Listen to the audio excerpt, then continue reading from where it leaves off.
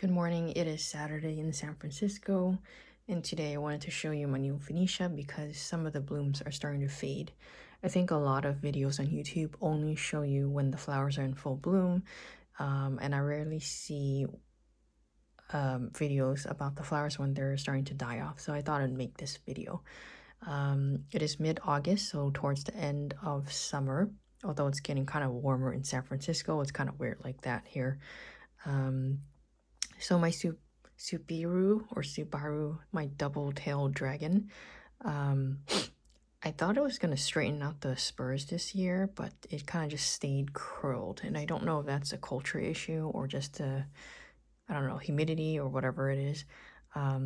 So this one started to fade, so they turned brown towards the center, and then the whole petal becomes brown. So all of this is going to start turning brown. This one is a bud that blasted along with a few others. So some abrupt change in environment might have triggered this, and it just turns yellow and it's not going to bloom. So that's fine. I'm happy that I even got this flush of flowers this year. The third spike down there, I'm not sure if it's going to do anything. It might just freeze and wait until next season, or it might actually bloom late. Next one is my Juko. So my favorite bloom shape of Neofinetia is the star-shaped bloom because they're compact. I find that they kind of have a stronger fragrance that spreads far, and their flowers turn yellow before they turn brown. I think this one just turns brown abruptly, but this one kind of looks nice even when they're yellow. Before they start fading into brown. This is my Razantamba. This one has actually stayed in bloom, I think, even longer than these two, which is quite surprising. And I've never seen pink flowers fade before, so I guess this is how they look like. It's kind of like turns kind of light brown, but not as fast as the white standard flower. There is another spike that has not really done anything, and it just might never do anything because it's been there since last winter.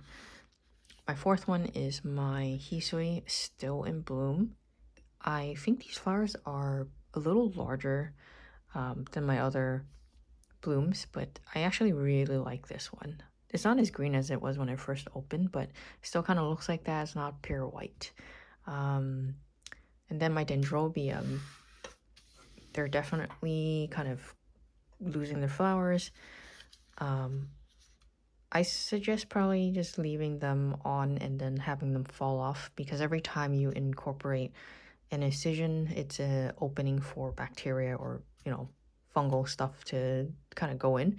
But I don't listen to my own advice, so I just kind of sterilize scissors and chop the flowers off because I don't like seeing a bunch of wrinkled flowers on my plant. So maybe I should stop doing that. There's still one or two blooms left that are going to open, so I'll leave that alone. And I think that's about it. Oh, my Tamakongo. I was actually really concerned about this one because usually this is the first plant to bloom in spring for my collection, and this year it didn't really do anything.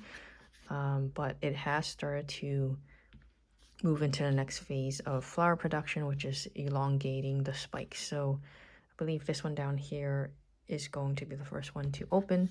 So there's actually quite a lot of fans, and I love Tamakongo because there's a lot of fans and it blooms reliably every year, which means I'm going to get a lot of flowers on this, hopefully.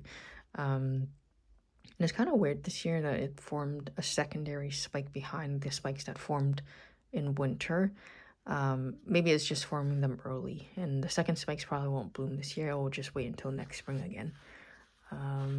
Roots are still growing. You see active green root tips, so it's looking good. What else is there? Well, we'll just talk about my looseberry, I guess. This is my first successful orchid. It arrived maybe 2 years ago, maybe 3, I don't know. The blooms are insanely just perfect. It's interesting this year because there's 2 blooms with double lips right there, and then there's another one back there that has kind of like a 6-petal. I don't really like pyloric orchids because it just looks like just something wrong with them. But it's quite interesting when I see stuff like that happen. Every year it gives me a little more flowers than the prior year. And I hope to keep this plant alive for a long time just to see how many blooms it can give me.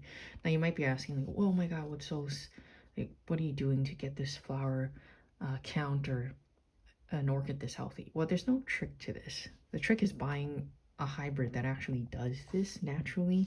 So I forgot what the mix or hybrid is, but it just is mixed with one that blooms in clusters like this and a lot of low flowers.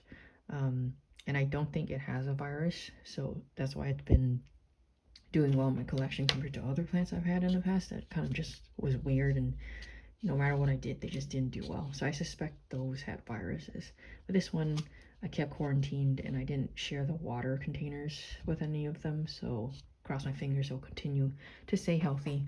But really nothing special I've been doing with this orchid. You just have to look for the attributes you like in orchids and buy the correct hybrid. So this is Looseberry Orchid House. Yeah, so that's today's video. Have a good day. Bye.